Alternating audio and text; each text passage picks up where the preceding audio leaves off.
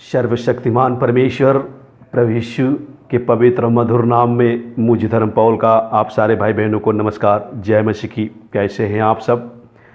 उम्मीद करते हैं बिल्कुल ठीक है आप लोग। ईश्वर पिता ने हमें और आप सबको फिर से एक समय दिया कि हम सब उनके वचनों से आज कुछ नई बातें सीखें और वचनों पे हम चर्चा करें। और विषय को जाने से पहले एक बार फिर आप सारे भाई बहनों का मैं स्वागत करता हूं, अभिनंदन करता हूं आपके अपने चैनल बाइबल हिंदी चैनल में। जिन भाई बहनों चैनल के साथ सदस्यता ले सब्सक्राइब करके मैं उनका धन्यवाद करता हूं। परमेश्वर आप सारे भाई बहनों को आशीष दे। और आप सबों से एक विनती है कि ये भी व्हाट्सएप ग्रुप हमारे जो है बंद हो चुके हैं, जहाँ से मैं डायरेक्ट आप लोगों को वीडियो का लिंक, संदेश का लिंक भेजता था। अब आप सब नोटिफिकेशन ऑन कर लीजिए यूट्यूब का, कि जब भी मैं वीडियो कोई डालूँ तो उस वीडियो का नोटिफिकेशन आपके नोटिफिकेशन में मिलता रहे अब, और आप कभी भी उस वीडियो को देख सकें। तो चलिए हम विषय पे ध्यान करते हैं। जैसे कि विषय आप सब देख रहे हैं कि उद्धार पाने वाले चर्च में नहीं रहते हैं, अर्थात चर्च में से निकल जाते हैं। अर्थात परमेश्वर जिसकी समझ खोल देता है वचन के द्वारा, जो लोग परमेश्वर को समझ जाते हैं वे लोग स्वयं ऑटोमेटिकली कलीसियाओं में से, चर्चों में से निकल जाते हैं। क्यों? क्योंकि ये परमेश्वर इनको मनों को खोलता है। जब सत्य समझ जाते हैं, जब सत्य दुनिया के सामने रखते हैं, कलीसियाओं में, कलीसियाओं के अगुओं के पास रखते हैं, तो वे लोग उस सत्य को ग्रहण नहीं करना चाहते। और वे लोग ऐसे व्यक्ति को जो सत्य की परख कर लिए उनको भला बुरा कहते हैं और कहते हैं शैतान के द्वारा भरमाया जा रहा है। जैसे बीते युग में प्रभु यीशु के समय में बहुतों को परमेश्वर ने उद्धार किया, बहुतों को परमेश्वर ने मन खोला कि सत्य को जाने। यहाँ तक स्वयं परमेश्वर प्रभु यीशु को भी लोग कहते थे कि ये इसमें दुष्ट आत्मा है, कि परमेश्वर के नियम को नहीं मानता, इसके चेले नहीं मानते, ये सब शैतान के सेवक हैं। तो इस तरह का ब्लेम चर्च कलीसिया के अगुए लगाते हैं, जो सत्य की समझ जिनकी हो जाती है, जो सत्य समझ लेते हैं, जब सत्य इनके सामने रखते हैं तो ये लोग उनको भला बुरा कहने लगते हैं।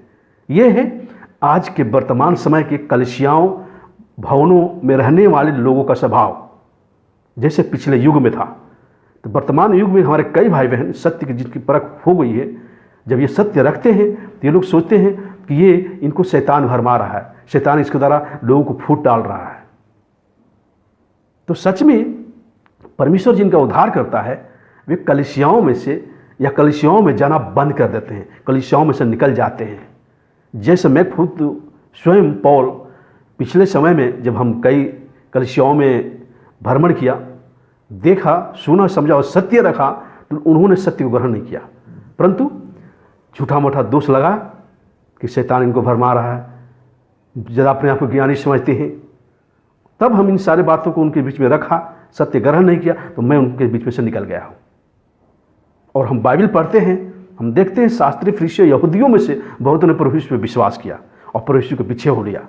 यहाँ तक जो मंदिरों में रहने वाले लोग थे वे लोग भी उस सत्य को जान के, जो प्रभु यीशु ने उनको दिखाया, बताया, उनके मन को खोला, ये लोग समझे, तो वे लोग कलीसियाओं में से, मंदिरों में से निकल गए। आज वर्तमान युग में भी सेम कंडीशन यही हो रही है।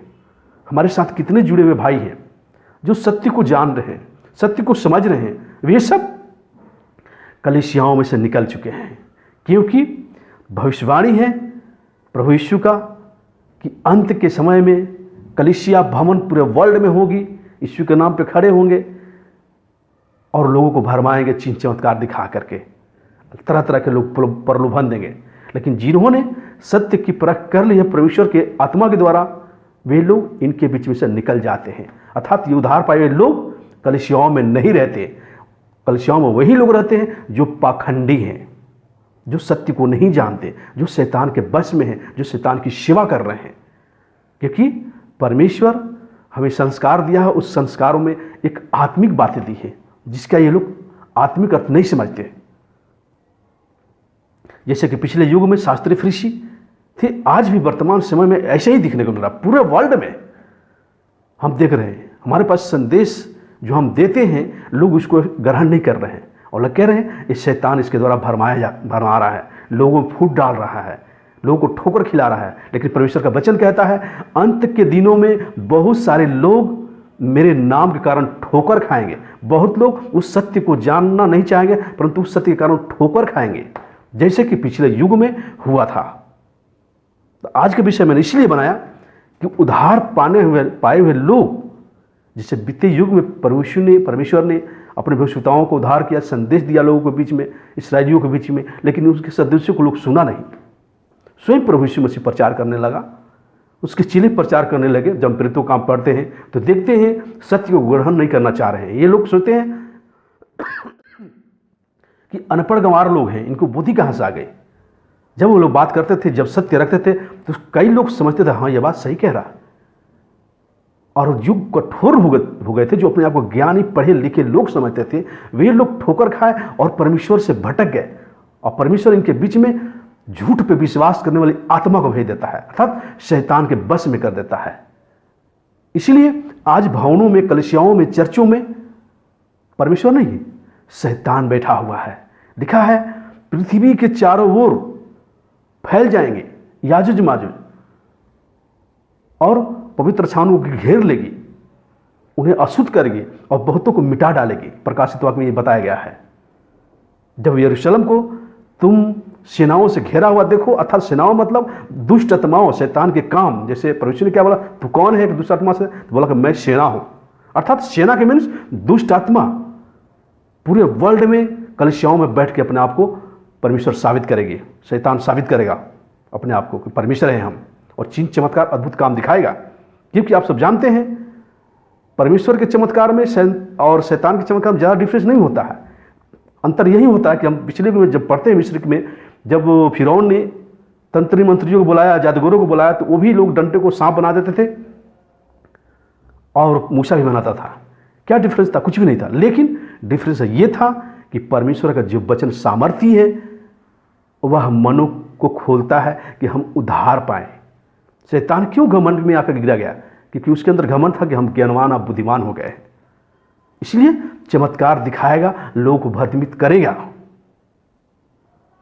आज उद्धार पाए हुए लोग बहुत कम ही कलीसियाओं में हैं, और कलीसियाओं में हैं जो सत्य को जान रहे हैं, वो किसी मजबूरी कारण से उसमें से नहीं निकल पा रहे हैं। लेकिन परमेश्वर का आत्मा उनके जीवन में है और वे सत्य दुनिया के सामने रख रहे हैं, प्रचार कर रहे हैं। जैसे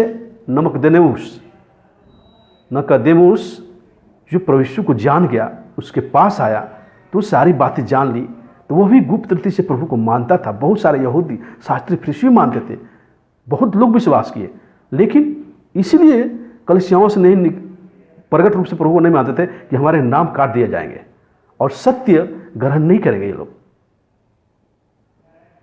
मैं एक वचन पढ़ता हूं जहां पर कुछ प्रभु ने हमें इंडिकेट किया है, बताया है।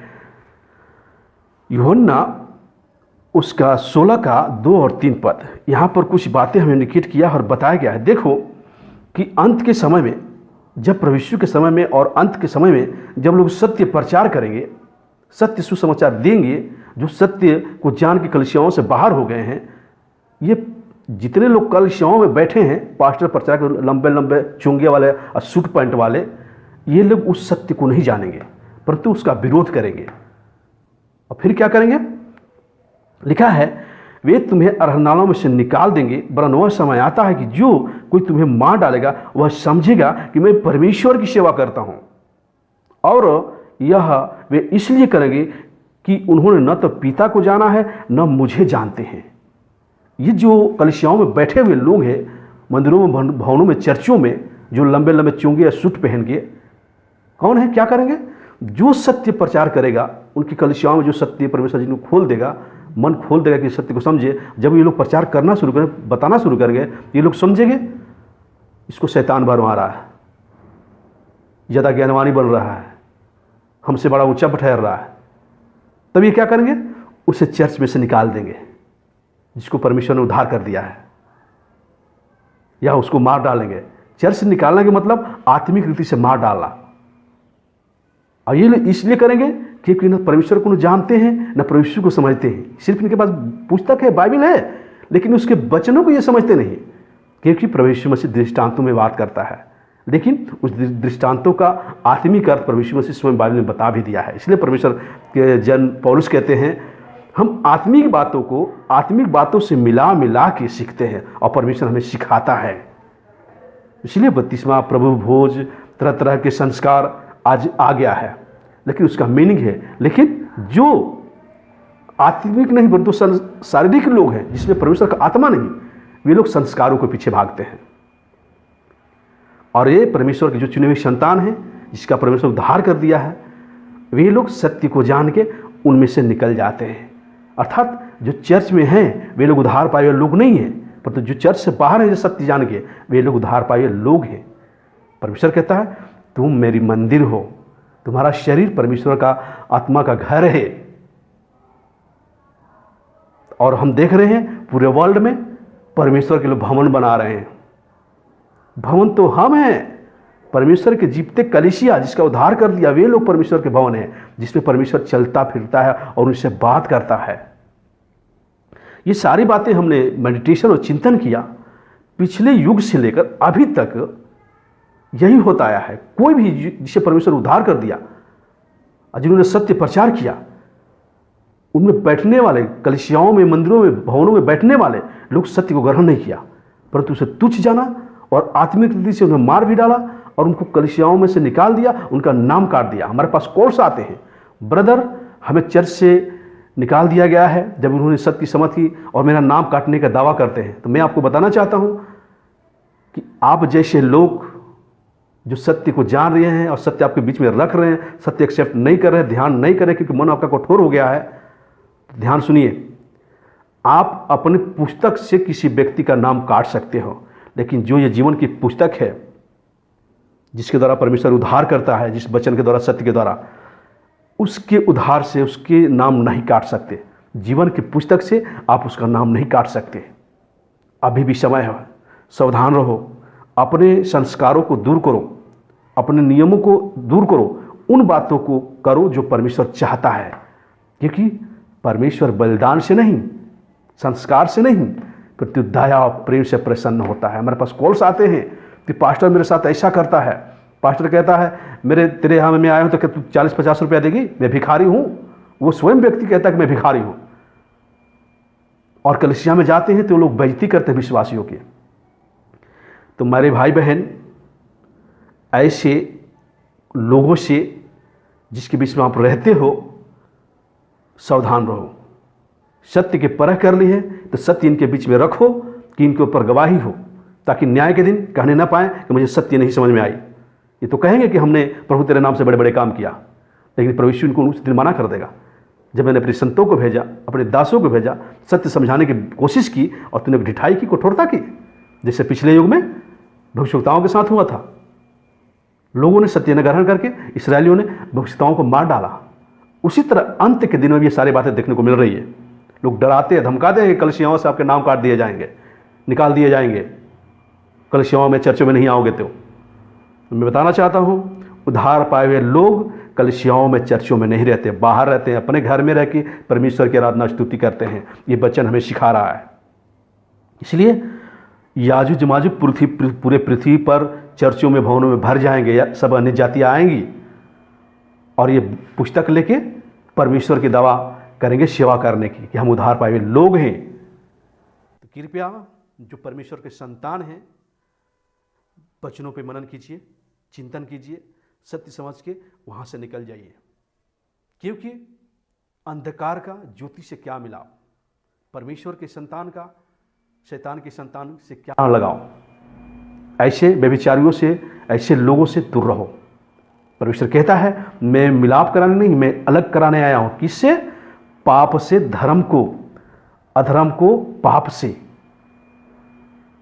परमेश्वर अपने बच्चों को सेपरेट रखता है, उनकी देखभाल करता है, उनकी सुरक्षा करता है और उनकी घटी कमी को पूरा करता है। जो सत्य को जान चुके हैं, जिनका उद्धार परमेश्वर कर दिया है, वे लोग अपने घर में रहकर परमेश्वर की महिमा करते हैं। वे लोग चर्च कलीसिया में नहीं रहते। इसीलिए आज का विषय यही है, उद्धार पाए हुए लोग कलीसियाओं में, चर्चों में नहीं रहते, परंतु अपने घर में रहते हैं। तो उम्मीद करता हूँ कि कई हमारे सूट पैंट, लंबे शर्ट पैंट वाले गालियाँ लिखेंगे, रेफरेंस पद मुझे भेजेंगे, भेजो, मुझे कोई फर्क नहीं पड़ने वाला है, क्योंकि मैं जानता हूँ उस वचन का जिसकी तुम चर्चा करना चाहते हो, जिसका रेफरेंस मुझे भेजे हो। क्योंकि मैं उसकी आत्मिक बातों को जान चुका हूँ। परमेश्वर मुझे दिखा दिया है कि उसका मीनिंग क्या है। और जिसकी कठोर हो गया है मन, वे लोग सिर्फ रेफरेंस देंगे, क्योंकि शैतान भी यही करता है। ये बात तो यहाँ लिखा है, क्योंकि लिखा है तो परमेश्वर का पुत्र है, पत्थर को बोल दे कि रोटी बन जाए। लेकिन परमेश्वर का मनुष्य रोटी से नहीं, परमेश्वर के हर एक वचन से जो उसके मुंह से निकलती है मनुष्य जीवित रहता है। यही बात कहोगे, वचन देगो उठा के। शैतान क्या करता है? वचन उठा के देता है, लो पढ़ो, ऐसा तो बात लिखी गई है और आपकी समझ में यही है, लेकिन उसकी आत्मिक समझ आपको नहीं है। कृपया मेरे प्रिय भाइयों, जिस बात को समझ चुके हो तो सावधान रहो, अपने घर में रहकर परमेश्वर की सेवा करो। कहीं तुम्हें बाहर जाने की जरूरत नहीं है, परमेश्वर का वचन कहता है तुम्हें कहीं बाहर जाने की जरूरत नहीं है। जब मसीह यहाँ है वहाँ है तो उसके पीछे न चला जाना, परमेश्वर का वचन कहता है। इसलिए अपने घर में रहो और परमेश्वर की महिमा करो। तुम आनंदित और मग्न रहोगे और तुम परमेश्वर के संतान ठहरोगे। अब चुने हुए लोग ही परमेश्वर के संतान हैं।